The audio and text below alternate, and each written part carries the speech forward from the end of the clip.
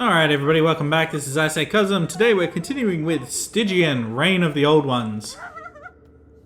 Now we've been given the task of getting inside the Theatre of Bones. But the doors are tightly locked and can only be opened by the cult. Come closer, brethren. I can see that the fruit of renunciation is ripe in some of you. Beyond those doors, you'll submit your hearts and purge your souls. Beyond these doors, you will witness the perfection that is our beautiful doom. Step inside and purge the last fragments of your former self in the unearthly glow of cellulose. Let's see. I need to get inside. You insolent, you impertinent, clueless thing. You're not even among our ranks, and yet you dare demand access to this sanctified ground? Begone, before we unmake you and your whole family. Wow. Okay. Find the spell, yep. I suppose we can go back to Arkham and have a look at the Essex Hotel. Acquire a cultist robe and a hood. I have the robes. Where's my hood? I'm gonna make a quick trip back to the Essex Hotel.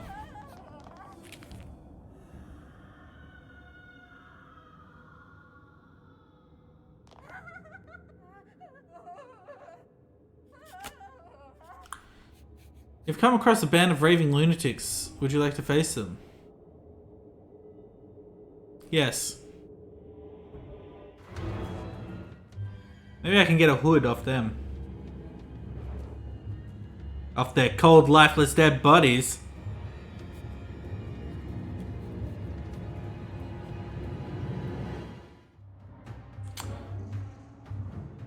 Hello, what is this?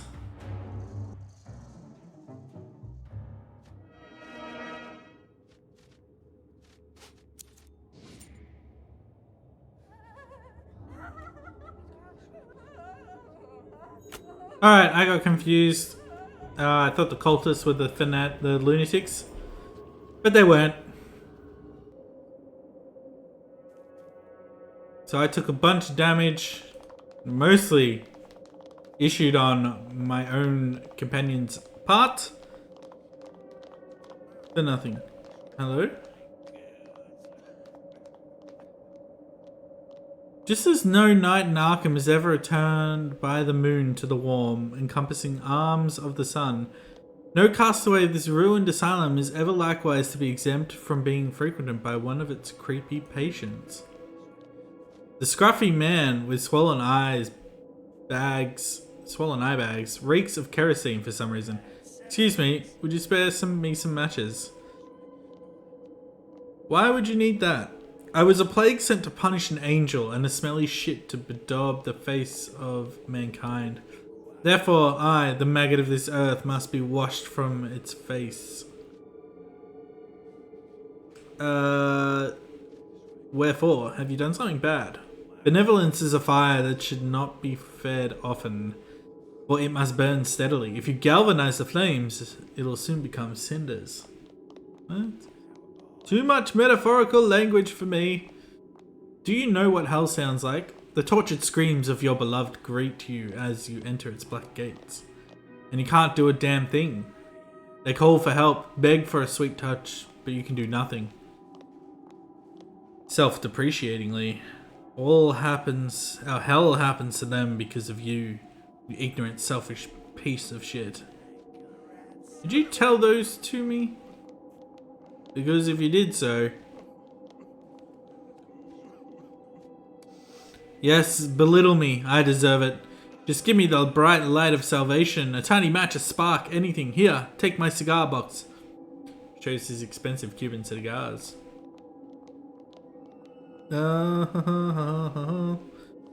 and death, no. Yes, life and death are inseparable cycles by which infinity is formed.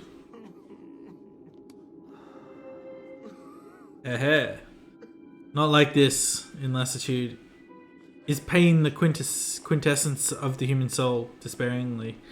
There is only life, and for life we all suffer. So let's not delay it any further with urgency. Can you give me a match?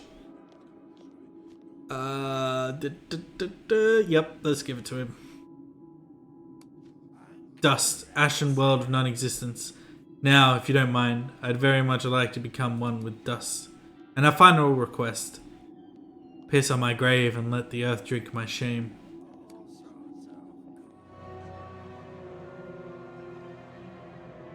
There you go, thank you. Woof.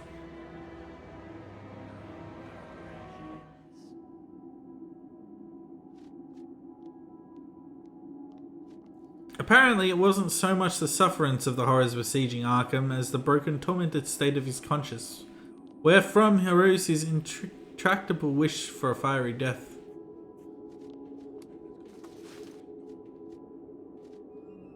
Hey, we got a lot of SIGs, eh? Anyway, Essex Hotel. That was an interesting interaction. Let's hope we don't have any more of them. Did a man named Hines used to stay here, Etienne? Etienne blinks a couple of times as if this might help him recollect. Hines. I remember that name, monsieur. Opening the hotel register, he begins flipping through the pages in an elegant manner. Ah yes, Hines, the inventor from out of town. He was here to meet Monsieur Griffith. For business, I assume.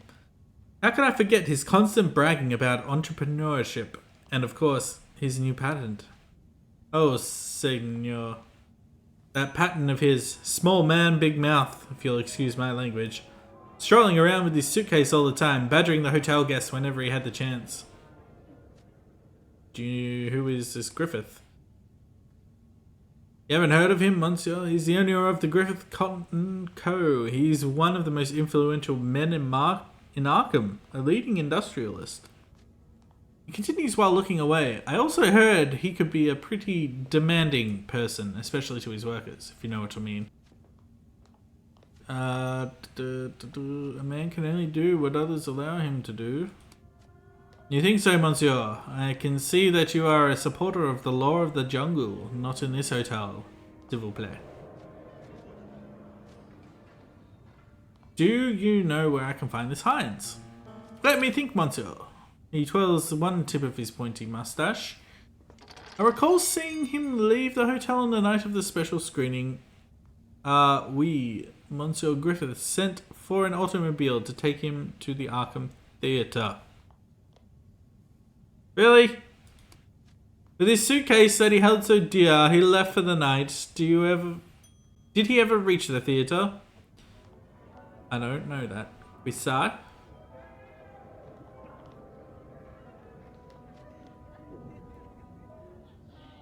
That night, monsieur, it was right before everything went downhill.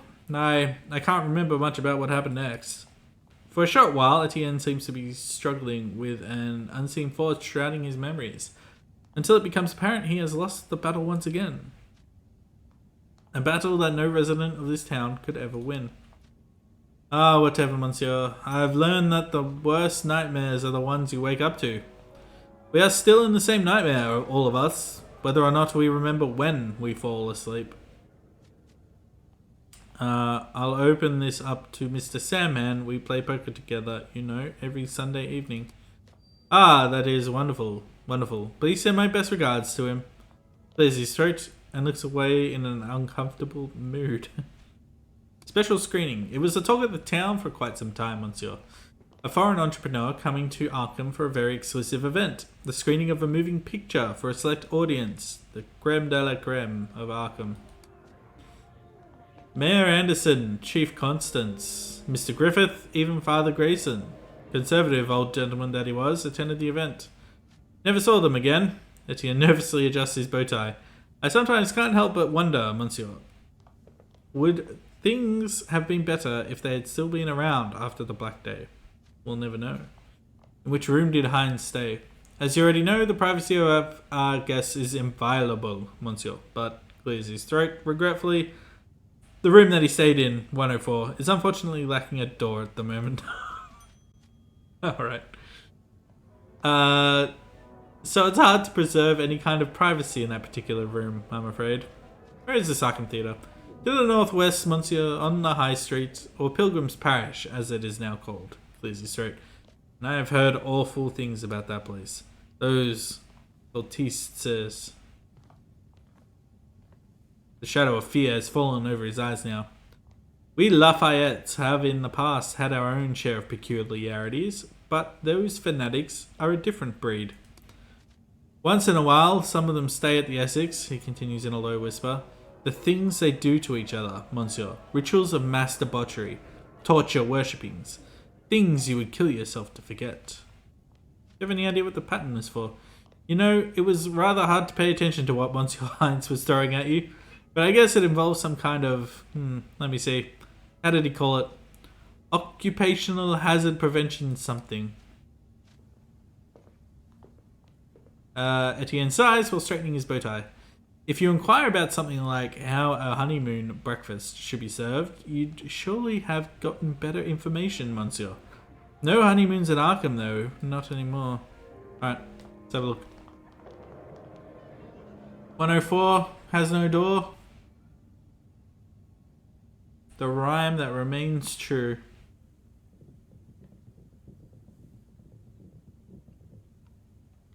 Sure, I've already been in here.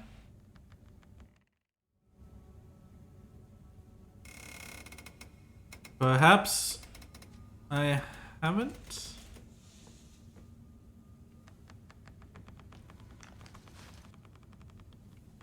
Crave cigarettes, bootleg whiskey. I'll take that.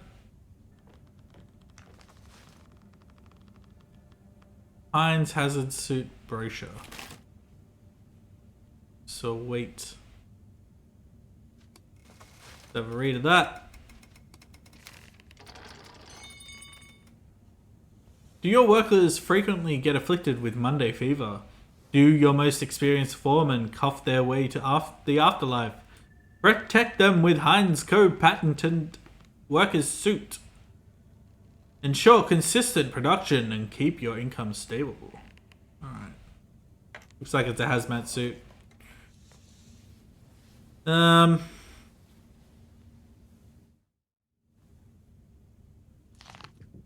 know what? I might go take a quick visit to Krog. See if maybe he has a cult hoodie.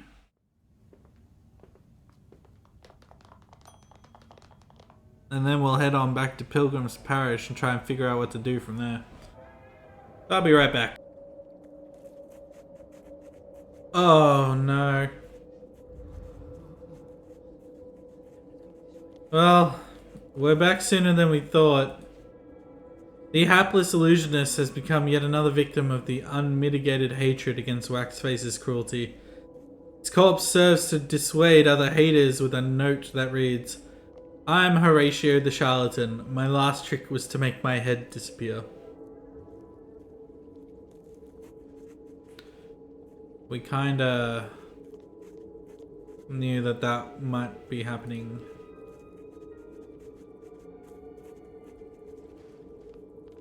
Oh. Dogs?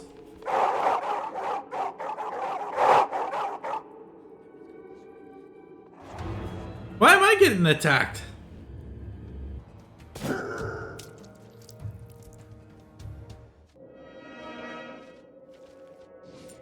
Ah.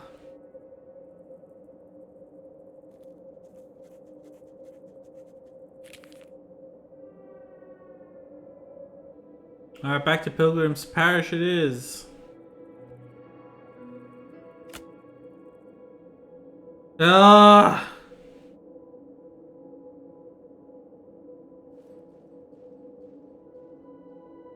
I didn't think Sonia was with me still. I thought she walked away. Let's go check these guys out. Maybe we can get a hood.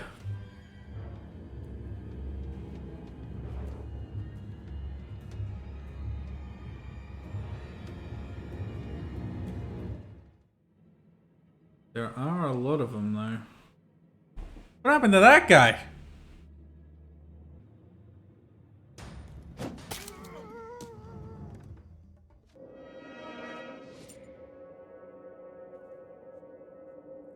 Well, we didn't get much, but we got some more rope rags. I wonder if they can be used to craft a mask.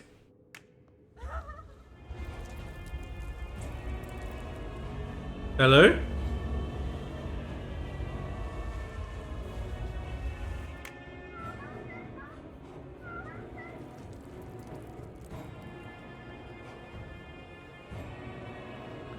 Brethren, don't forget why we've come.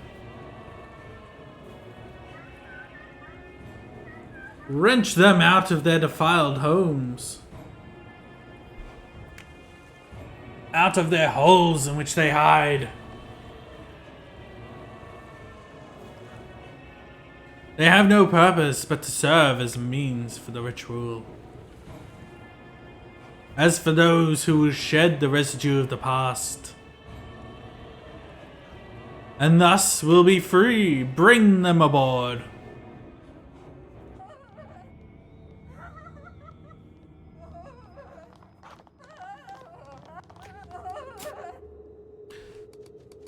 Now.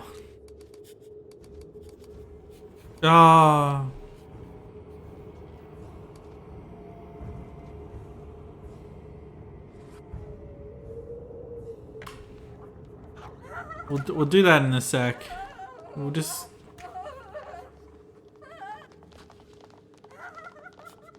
focus on this for now. Workbench, maybe?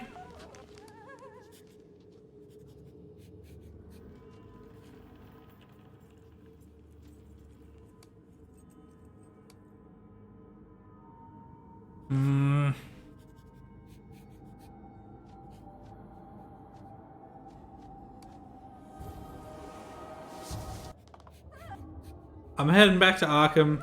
Gonna see if I can buy a needle and thread. While I'm there, I might as well go to the Essex Hotel. Oh my god. Okay.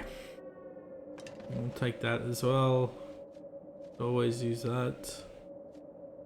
Needle and thread. I want one. Done. Pay the man. Alright.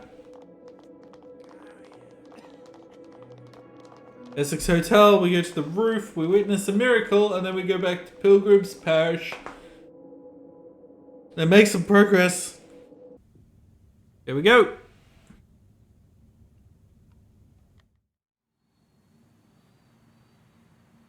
I swear that mountain wasn't there. Godzilla? You haven't the slightest clue as to what might be brooding gloatingly above our heads. Scuppering watchfully beyond the limbo that has wreathed over this dying town. Oh. It's Cthulhu.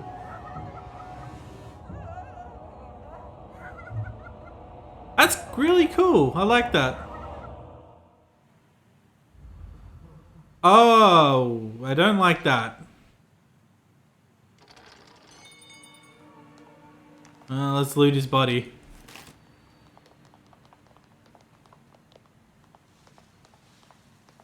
I'm gonna say that's worth it. Now back to Pilgrim's Parish. During your trek across desolate Arkham, you lose your way amongst labyrinthine ruins. The shadows of tottering walls darken your path as if this brick and metal necropolis intended to devour you. Yeah. With the assistance of your trusty lantern's lights, you are able to find your way through the maze ruins. This costs you some time, but you are happy to leave the malignant labyrinth behind. Good. Oh man, I've only got one ration left. Should have bought more.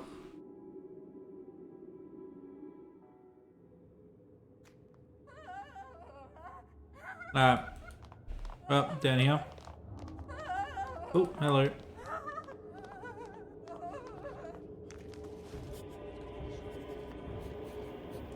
Lots of SIGs equals 8.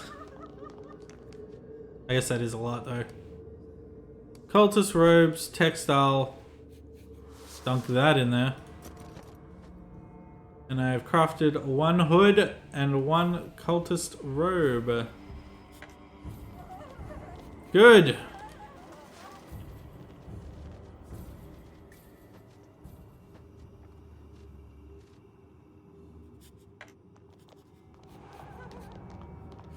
Now we may enter, hopefully. Yes. I need to get inside. From his attitude, you can see he is carefully weighing your worth. You have zeal, brother, and that is good. Yet I can't help but wonder, have you truly submitted your blood and soul to the cult? Show me your mark of cleansing. Mark of cleansing? The cultist's voice resonates with suspicion now. Uncover your chest and show me your mark of cleansing. Looking you right in the eye, brother. What have you chosen to abandon from your past? I'll show it to you upon my return. Goodbye, brother. Leave, fledgling, and do not return until you have purged every trace of your false life. Let's see. I don't know where to get the mark of cleansing. It seems Arkham Theatre has turned into some kind of pilgrimage site for the cult. Yep. I finally disguised myself as a cultist, but the stooges at the entrance drove me away after checking my body. Damn it, Krog. This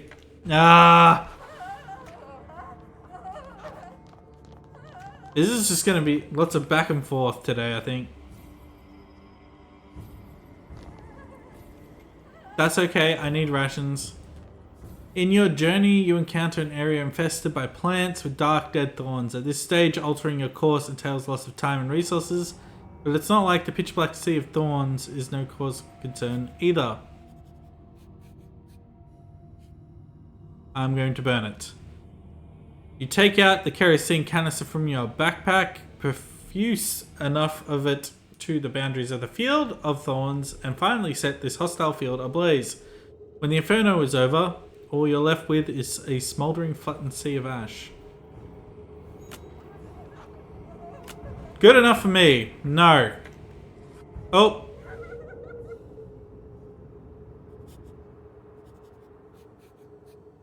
Was I supposed to save someone there?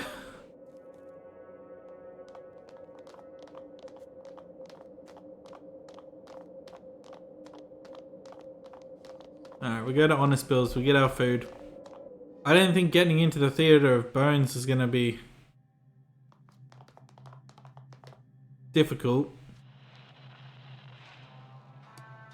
Oh. How silly of me. I'd like to trade. Give me your food. Okay. Done!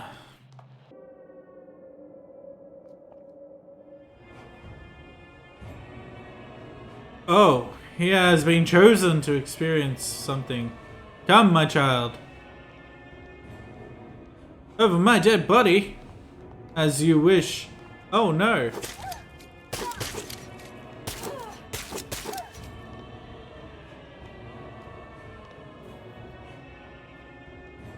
Take the boy, we are leaving. Brutal.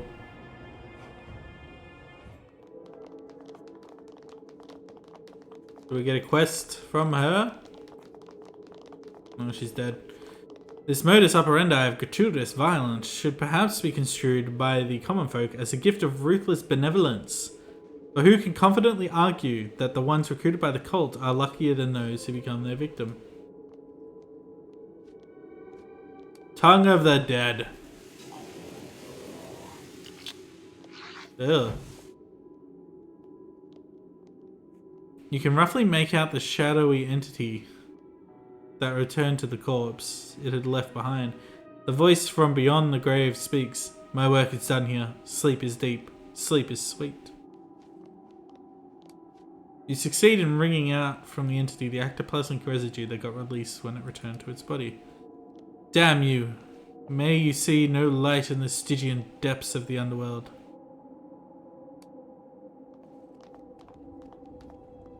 Did I do a bad thing?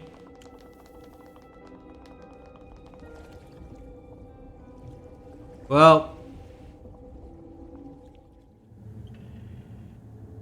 Come on, Krog. Do you know anything about the mark of cleansing? Do I know about them? I have hundreds on my body. Returning to his invisible ally, Basil, dog. Sometimes I suspect you persuaded me not to kill him as some kind of cruel joke. Still disgruntled, he explains. The mark is the cult's way of separating you from your past and everything that you once held dear. Initiates usually get 1 or 2 scars. In rarer cases, if the sheiks suspect the initiate is resisting the indoctrination, they may inscribe more. Drops his head with frustration. I'm sure I hold the record, though. But tell me first, by the name of all powers, why do you want to bear the mark of cleansing?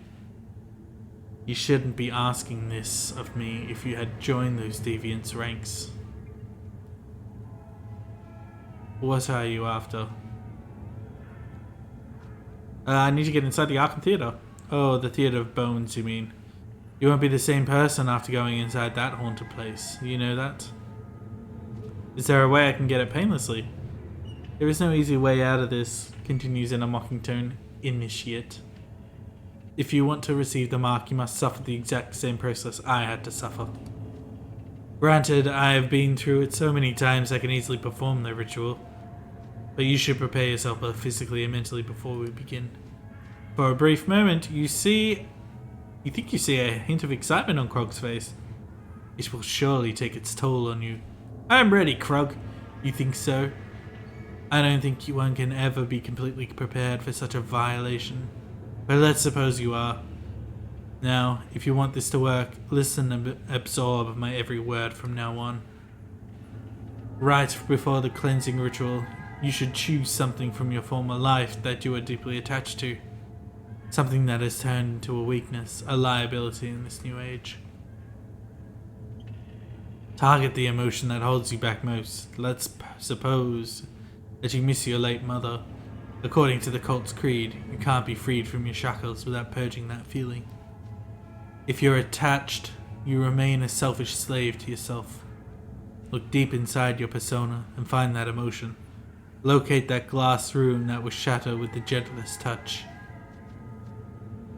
The mark will shape itself according to what's inside that glass room. Krog's whispering takes a ceremonial turn. Tell me what's inside your glass room, child liege.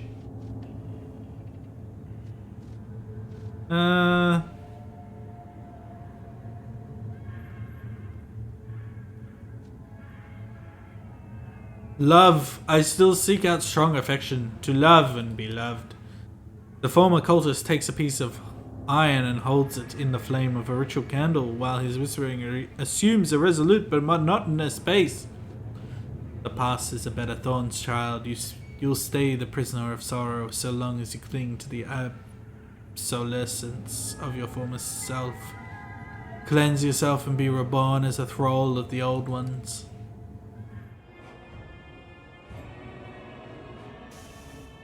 Ooh, through the clothes.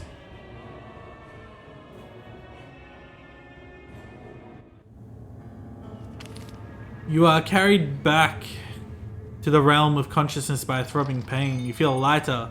You feel more shallow. You are alive, but somehow feel incomplete. Your eyes involuntarily fall to the nexus of your suffering, your chest, where you now carry the mark of cleansing. A pulsating wound scraped upon your flesh, but one which burns your psyche. Krog is standing next to you with a clear look of satisfaction on his face. Ah, you're awake. Brace yourself and silently stand. You've got the mark of cleansing now. You better go show it off to your new friends. Krog turns to the vacant side of the room. I know, Basil. I'll search out another supplier soon. One more thing before I go. Goodbye.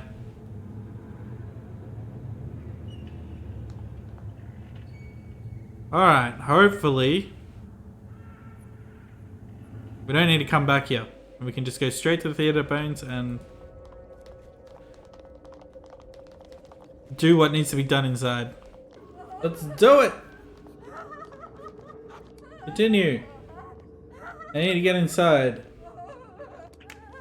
Uncover your chest and show the mark of cleansing. With a peculiar look of satisfaction in his eyes, the hooded man examines the esoteric wound which is still tingling on your chest. You said farewell to love, my fellow cleansed. Even hearing the word gives me the shudders to see the laughable attempt of creating useless progeny as a form of diluted mythology.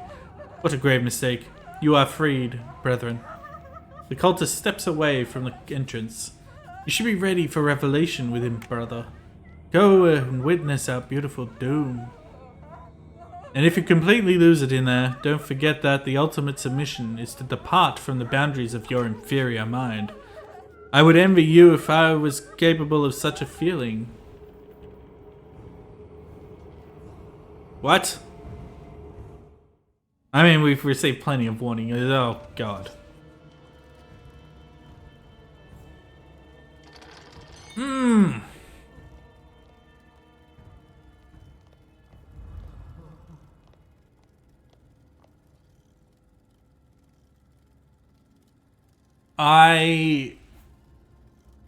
Wow. I think that'll do it for this one. This has been I Say Cosm. Stay tuned for the King in Yellow next time. Thanks for watching.